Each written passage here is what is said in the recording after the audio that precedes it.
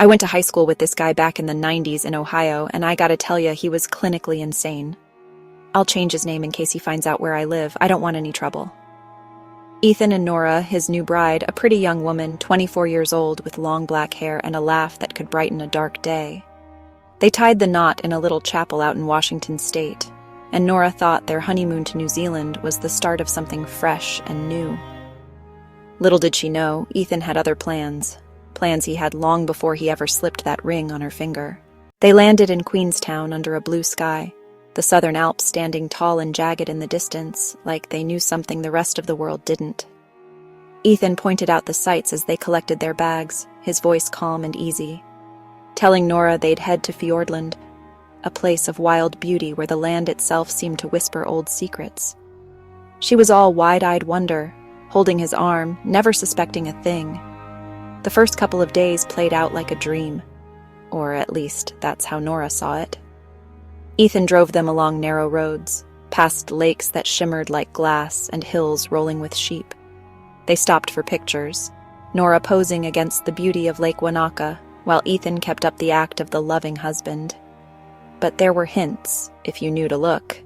Phone calls he took out of earshot, a tightness in his jaw when she asked about their next stop. I guess most wouldn't have noticed, not with all that stunning scenery to steal your attention.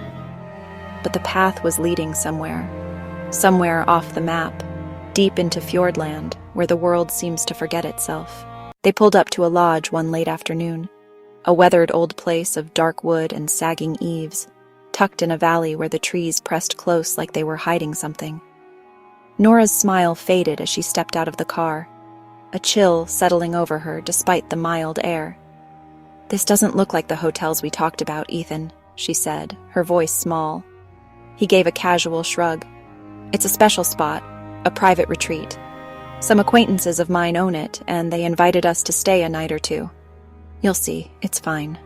She nodded, trusting him still, and followed him inside, not knowing she was walking into a cage. Astrid and Gunnar were waiting, and there was something off about them from the first glance. Astrid had a thin, hungry look, her eyes too bright as they fixed on Nora, like she was sizing up a prize. Gunnar was a hulking figure, quiet in a way that felt heavier than silence ought to, his stare enough to make your skin crawl. They sat down to have dinner, the kind where the clinking of cutlery feels louder than it should. Astrid asked questions, too many, too personal, about Nora's age, her health, and if she'd ever thought about having kids.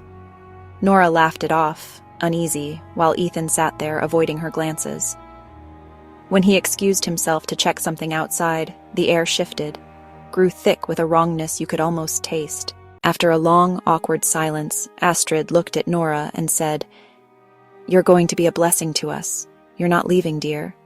We've waited a long time for someone like you so that we can start a family."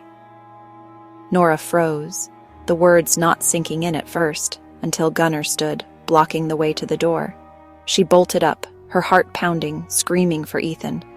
But when he came back in smoking a cigarette, his face was blank, empty of the man she thought she knew. "I'm sorry, Nora," Ethan said. "They'll take good care of you as long as you do what they tell you to do."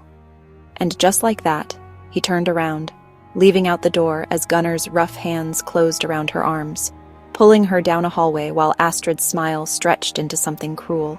They locked her in a room at the back of the lodge, a cramped space with a boarded-up window, the walls stained and damp.